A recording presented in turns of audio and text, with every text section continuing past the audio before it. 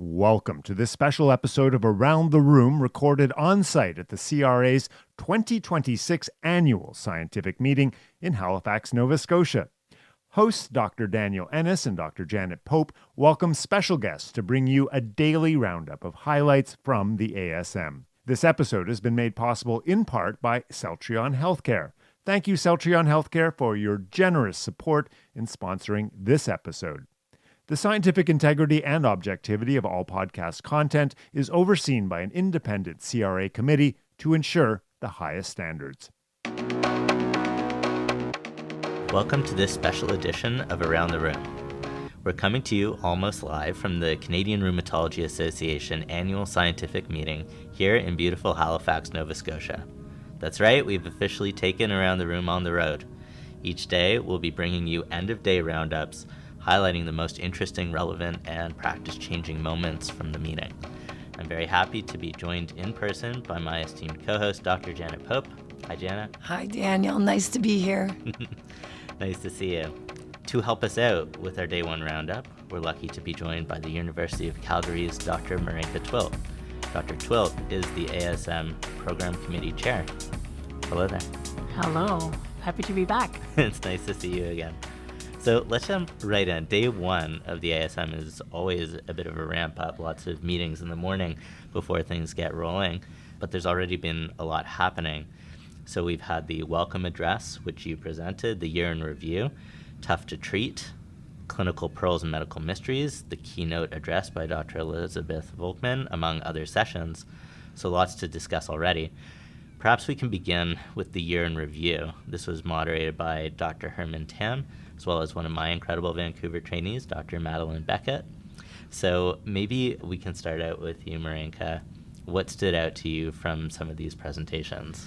It was, I think, all three speakers, Dr. Elizabeth Stringer for pediatrics, and then Dr. Proton Raman for basic science, and then Dr. Alex Legger for the clinical, I think did a fabulous job in giving us a sometimes almost world-rolling overview of what happened in their areas. I think what stood out for me, and Dr. Stringer actually alluded to it already, is all the clinical trials that were presented by the other two were missing in pediatrics. There's no clinical trials. If we're lucky, they're cohort studies. Most of the time, they're case series. So I think Dr. Stringer still did a fabulous job with showing the diversity of research that is being done, but it also showed the unfortunate still lack of industry-sponsored trials in pediatrics.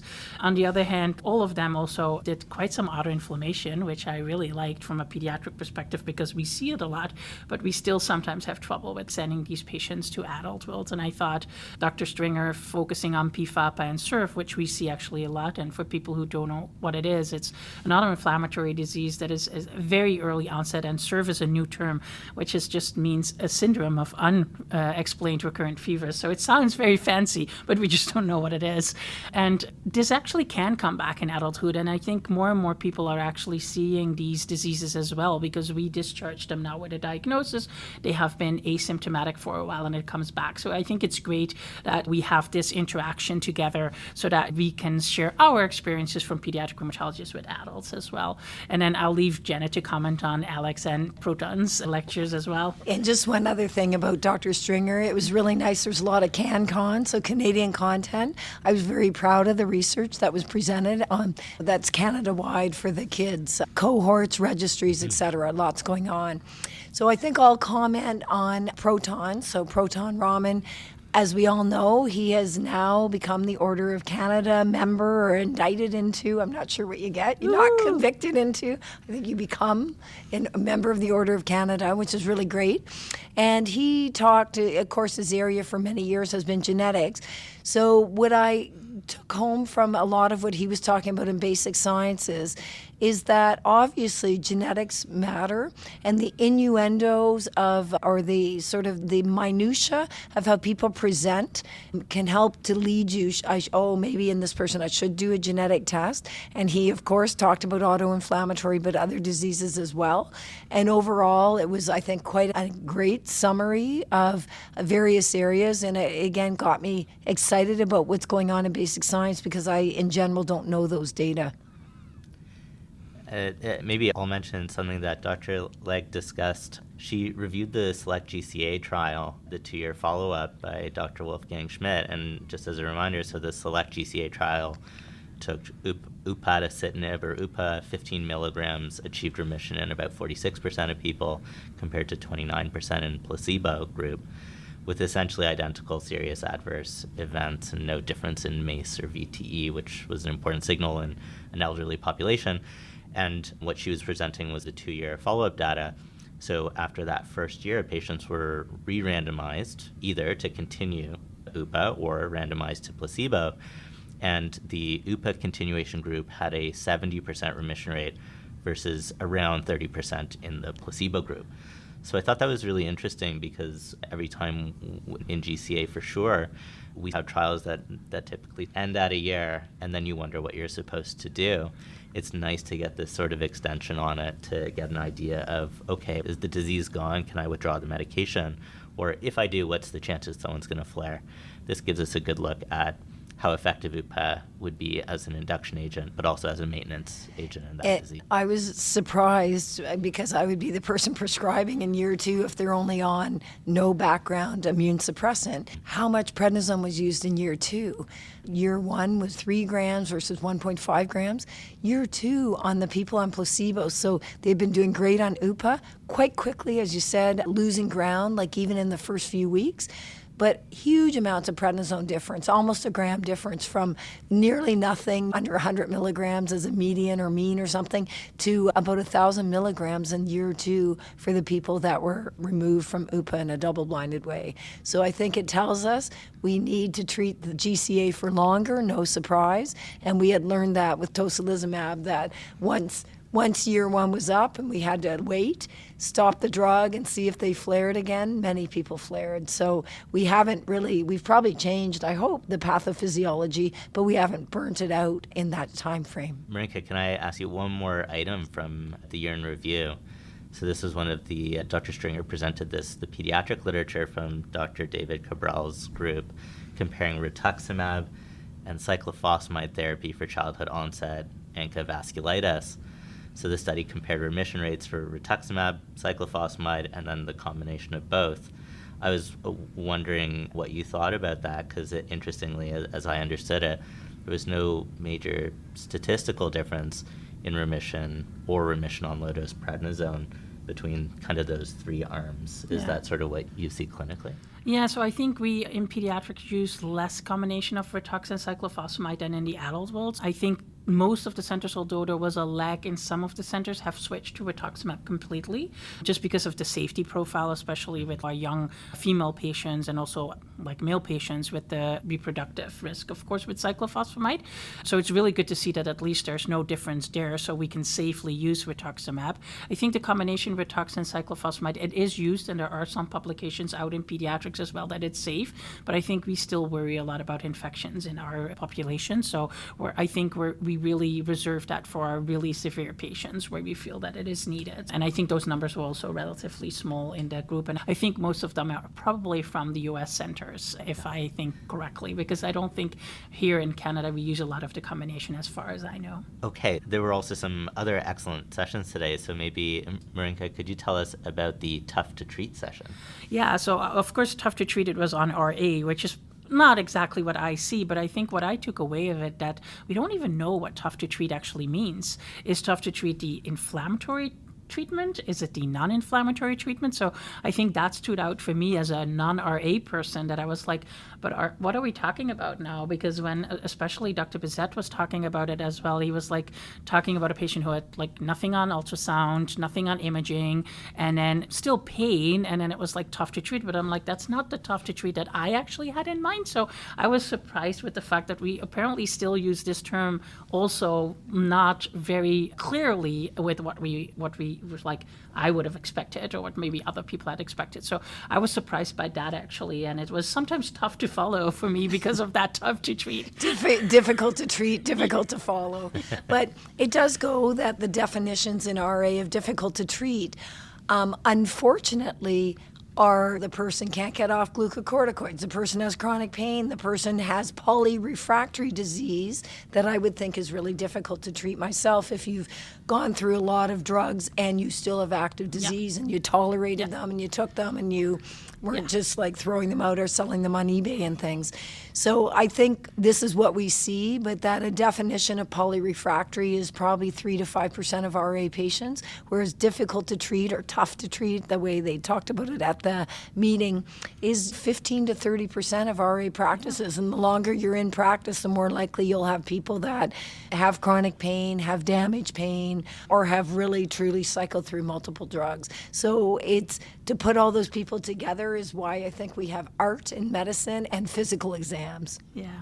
Yeah, and I have to admit that sometimes it's lovely to be a pediatric rheumatologist because we can actually at one point send them to you guys to take care of. Yeah. I don't think adult rheumatologists have that luxury to do that. But yeah, we have tough to treat, of course, in JIA as well. But yeah, mostly it is like the patients that really you walk through all the biologics that are out there, which are not that many in pediatric rheumatology. And then you're like stuck and you feel like you don't know what to do, right? Yeah. This is all followed up later in the afternoon by the Clinical Pearls and Medical Mysteries, which is a personal favorite that was very well attended. We had, I believe it was 5 cases from some of the trainees, and these are really excellent. Another shout out, there were 2 Vancouver folks there, Sophia Regier-Torres and Dr. Athena Huynh.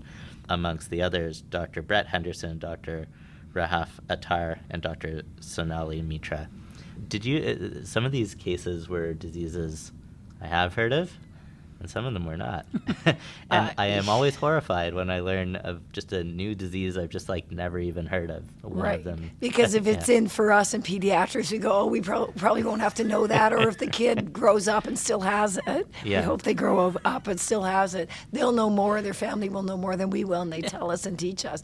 But I think what I learned from it, first of all, I was wrong most of the time is what I learned, and it's humbling, but that tissue matters, that a lot of these things were done on biopsy, and they did have what looked like a myositis case.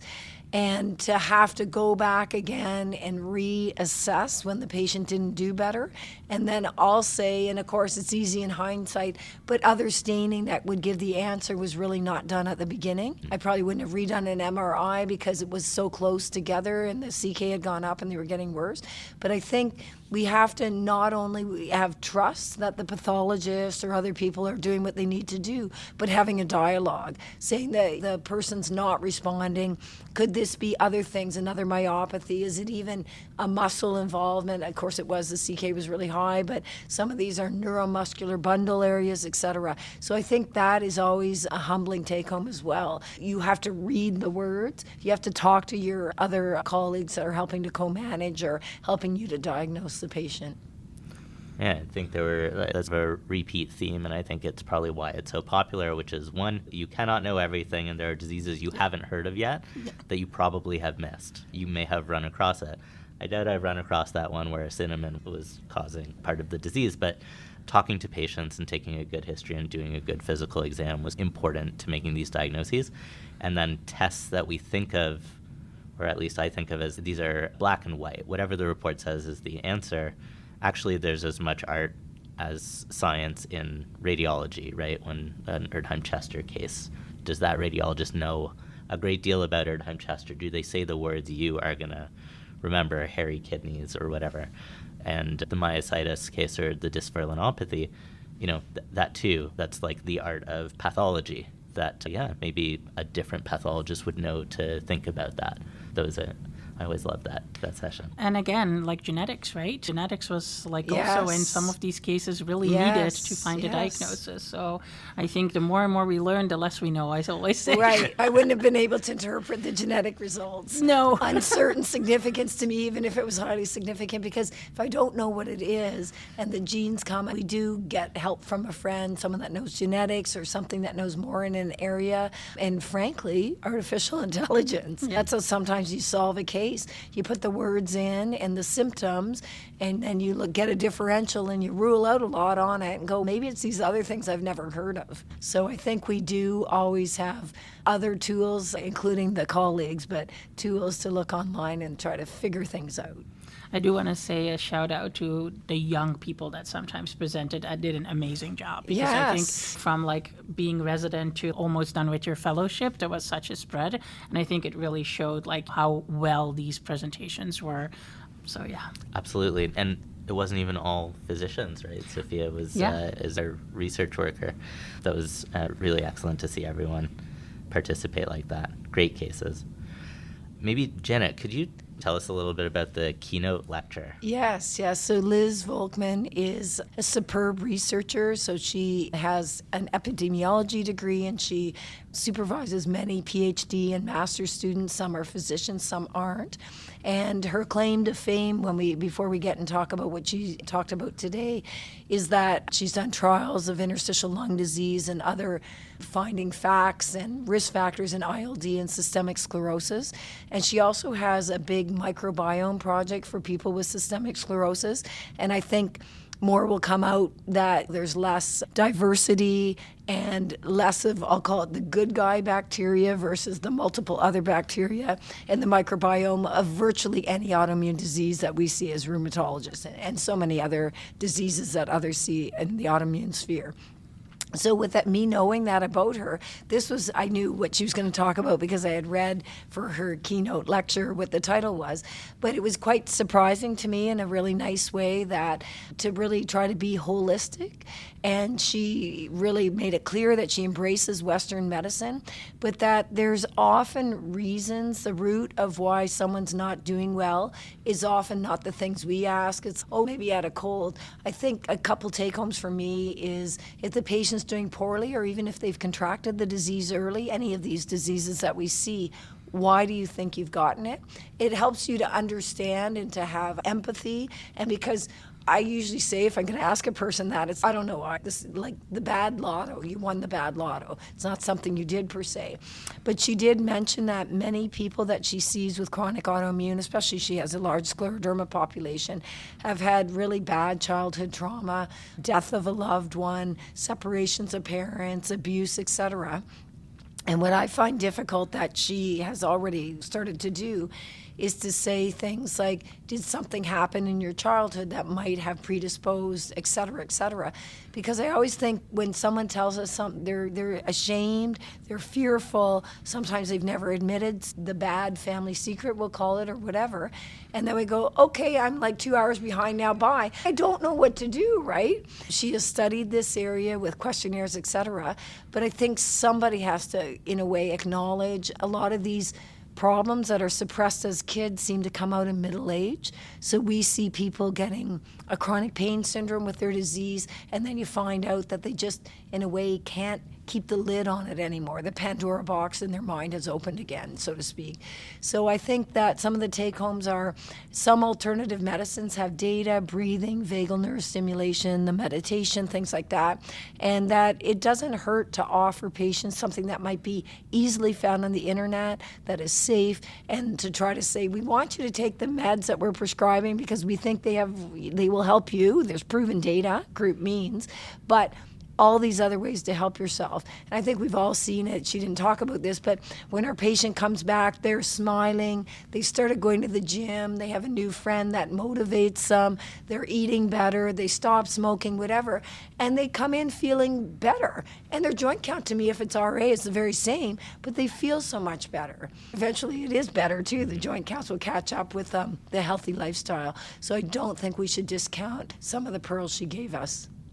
And we also know that actually if the mother, specifically the mother, has these traumas, it actually has influence on the children as well. And I don't know if there's really a lot of evidence that they get autoimmune diseases earlier, but they for sure have a lot of pain amplification syndromes and those kind of things we see in children who have parents that have like trauma or some kind of like past issue. So I think it's really important that she addresses it, but I agree, it's like always, especially in our busy clinics, it's always hard to do. I also really like that she gave us some solutions of things you can do that don't cost money, because I think it's always hard to advise something and then but you do have to have $1,000 now because I told you to go for a massage and to do this, but she gave us some things that's like breathing exercises, yoga, which nowadays you can find on YouTube, all sorts sorts of like yoga-free exercises and walking, just a walking 20 minutes. So I think those things I really liked of her lecture as well. And also what you said, she's Western, but she embraces also that there's some other treatments and not to dismiss it, because I think we easily say if somebody comes in with like supplements or whatever, we are a little scared about it because we don't know that much about it, and then we're very dismissive, and then you actually lose your patients. So I think that was like also a take-home message for me. Maybe I shouldn't do that the first visit, but maybe I should slowly work on that with them. So I really liked her lecture as well, I have to say. Yeah, I think she promoted the partnership of taking care of these people, that the medications is what I can do for you, but what can you do for you? That's where you can work as a team, or that they can feel more empowered, as she was saying, in their own care. Just before we wrap up then, I'm curious what we should look forward to for day 2. What's coming up? For the early birds, it's the run or the walk. I'm not sure that's going to be me, but have fun there.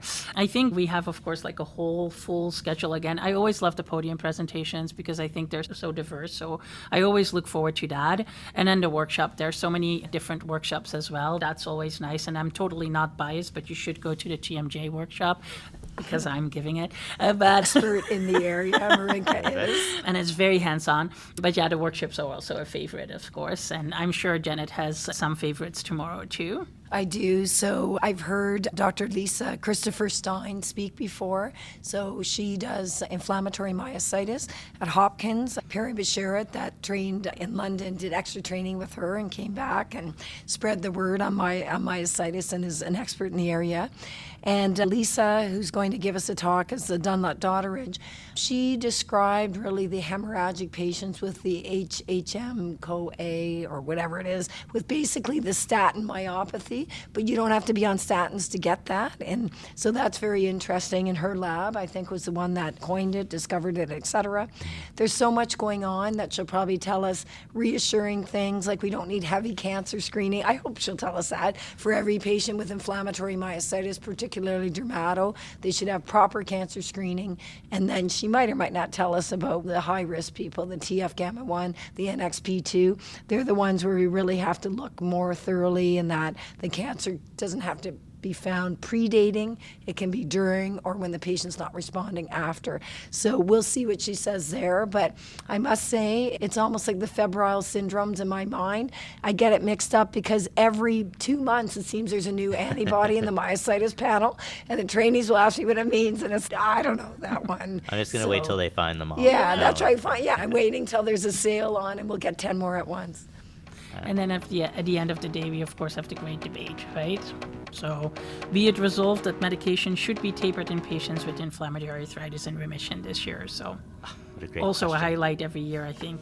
I have nothing in particular that I'm looking forward to tomorrow because I'm looking forward to everything. Oh, that's good. So- That's a good answer, especially the poster tours. I like them too. Yes. And highlighting trainees in particular, I love, yes. All right, so we'll wrap there for day 1 of the annual scientific meeting here in Halifax. We'll be back with more almost live episodes dropping at the end of each day throughout the conference. Thanks so much for joining us, and if you're here at the ASM, we hope to see you in person. A special thank you to our podcast team, Dr. Dax Rumsey, Dr. Janet Pope, Dr. Marinka Twilt, Aaron Stewart, and David McGuffin of Explore Productions. Our theme music was composed by Aaron Fonwell. For more information about the work of the Canadian Rheumatology Association, visit rheum.ca. I'm Daniel Ennis. Thanks for listening, and we'll catch you tomorrow.